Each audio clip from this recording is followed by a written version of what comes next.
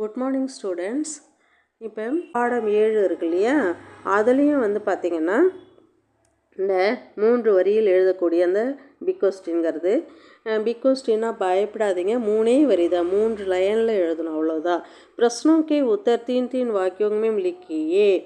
அதை கீழே கொடுக்கப்பட்டுள்ள அந்த கேள்விகளுக்கு 3 வரியில் நீங்கள் விடை எழுதணும், அவ்வளோதான். காந்தி கே மாம் பாப் அவர் புத்திரோங்கே நாம் லிக்கியே. காந்திஜியுடைய அம்மா அப்பா புத்திரோங்னா மகன்களுடைய பெயர்களை எழுதுங்கள் அப்படின்ட்டுருக்கு.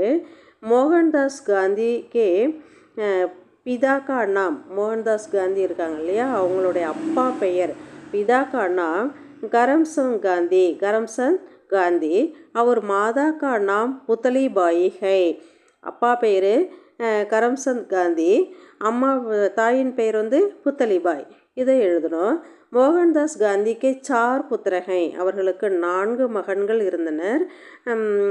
அதில் வந்து அந்த 4 பேரும் வந்து எழுதணும். ஹரிலால் காந்தி, அடுத்தது மணிலால் காந்தி, ராம்தாஸ் காந்தி, அவர் தேவதாஸ் காந்தி ஹை. இதுதான் அவங்க பேர். மோகன்தாஸ் காந்தியுடைய அப்பா பெயர் கரம்சந்த் காந்தி, தாயின் பெயர் புத்தலிபாய்.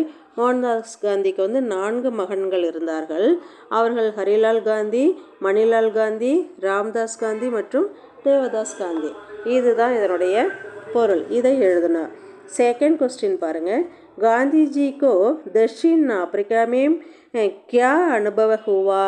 காந்திஜிக்கு தென்னிந்தியாவில் வந்து தென்னாப்பிரிக்காவில் வந்து தக்ஷின் ஆப்பிரிக்கா, அதாவது தென்னாப்பிரிக்காவில் என்ன அனுபவம் ஏற்பட்டது? கியா அனுபவ ஹுவா, என்ன அனுபவம் ஏற்பட்டது? காந்திஜி ஆப்பிரிக்கா மேம் வக்காலத் கர்னே கயே. அவர் காந்தி வந்து தென்னாப்பிரிக்காவிற்கு வழக்கறிஞராக பணியாற்ற சென்றார்.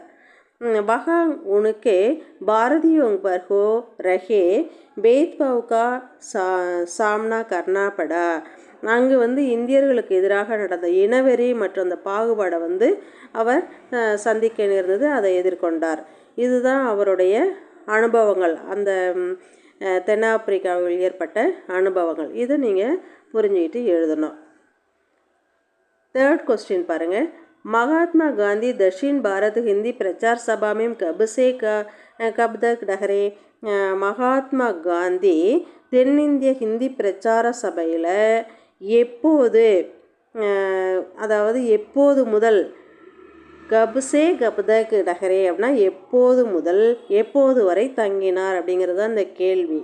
மகாத்மா காந்தி தக்ஷின் பாரத் ஹிந்தி பிரச்சார சபா மேம் கப்சே கப்தக் டஹரே, எப்போது முதல் எப்போது வரை தங்கினாருங்கிறது இந்த கேள்வி. மகாத்மா காந்தி தக்ஷின் பாரத் ஹிந்தி பிரச்சார சபா மேம் ஜன் 1946 जनवरी 20 से 30 தக் டஹரே. அப்போ இதுதான் வந்து அதனுடைய விடை. மகாத்மா காந்தி தென்னிந்திய ஹிந்தி பிரச்சார சபையில் 1946 1946ஆம் ஆண்டு ஜனவரி 20ஆம் தேதி முதல் ஜனவரி 30ஆம் தேதி வரை தங்கினார் அப்படிங்கிறது தான் இதனுடைய தமிழ் அர்த்தம். இதை புரிஞ்சுக்கிட்டு நீங்கள் படிங்க. அதே போல் 4th क्वेश्चन ஒன்று பாருங்கள். कौन सी घटना गांधी जी के जीवन में महत्वपूर्ण मोड़ बनी. அதாவது காந்திஜியின் வாழ்க்கையில், காந்திஜியினுடைய வாழ்க்கையில் முக்கியமான திருப்பு முனையாக அமைந்த சம்பவம் எது அப்படிங்கிறது தான் இந்த கேள்வி. அதில் வந்து தக்ஷின் ஆப்பிரிக்கா மேம் ரேல் மேம் ஜாத்தே சமை, அதாவது தென்னாப்பிரிக்காவில் ரயிலில் பயணம் செய்தபோது அப்போ உனக்கே பாஸ் பிரதம் ஷேனிகா டிக்கெட் தா. அப்போ காந்திஜியோட வந்து முதல் வகுப்பு டிக்கெட்டு இருந்தது.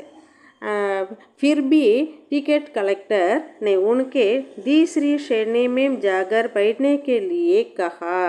ஆனால் இருந்தாலும் அந்த அவர் இந்தியர் என்பதால் டிக்கெட் பரிசோதகர் வந்து டிக்கெட் எல்லாம் பரிசோதனை பண்ணுவாங்க இல்லையா, அவர் வந்து அவரை 3ஆம் வகுப்பு பெட்டியில் வந்து அமரச் சொன்னார். கியோங்கி வே பாரதியது, ஏன்னா வந்து ஒரு இந்தியர் அப்படிங்கிறதால. यह घटना उनके जीवन में एक महत्वपूर्ण मोड़ बन गए. இந்த சம்பவம் வந்து காந்திஜியின் வாழ்க்கையில் வந்து ஒரு முக்கியமான திருப்பு முனையாக இருந்தது அப்படிங்கிறது தான் இதனுடைய தமிழ் அர்த்தம். कौन सी घटना गांधी जी के जीवन में महत्वपूर्ण मोड़ बने? दक्षिण अफ्रीका में रेल में जाते समय उनके पास प्रथम श्रेणी का टिकट था. फिर भी टिकट कलेक्टर ने उनके दूसरी श्रेणी में जाकर बैठने के लिए कहा क्योंकि वे भारतीय थे. वह घटना उनके जीवन में एक महत्वपूर्ण मोड़ बन गए. இந்த தமிழ் அர்த்தத்தையும் புரிஞ்சிட்டு நீங்கள் படிச்சிங்கன்னா ஈஸியாக படிக்கலாம். அழகாக வந்து ஒரு கேள்வியை கூட ஒரு கொஸ்டினை கூட நீங்கள் விடாமல் இதுக்கு விடையளித்து மார்க் எடுக்கணுங்கிறது இது. வாழ்த்துக்கள்மா, வாழ்த்துகள். படிச்சுட்டு நல்லா எழுதுங்க. தேங்க்யூ.